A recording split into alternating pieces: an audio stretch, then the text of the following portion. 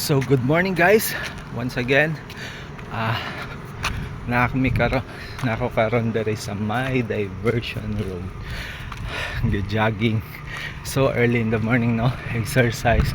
Pag mata nimo, pray, inom kag tubig, then try to exercise para to have a long life and healthy body. No? Hopefully no, nag-enjoy tanan no sa iyo pa guys. Buntag mga 5 AM plus pa karon. Pero naanay dagang mga nangagi diri nga akoan sakyanan sa diversion road. Mga pila pod ako na imamat na ga-jogging pod sila, no? Nice kayo. Dan taon nga sa kakapoy sa imong lawas, imong gitrabaho, imong giatagan o kini og time na maka-relax, maka-exercise, no?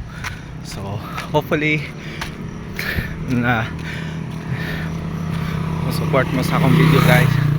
Thank you for watching. God bless.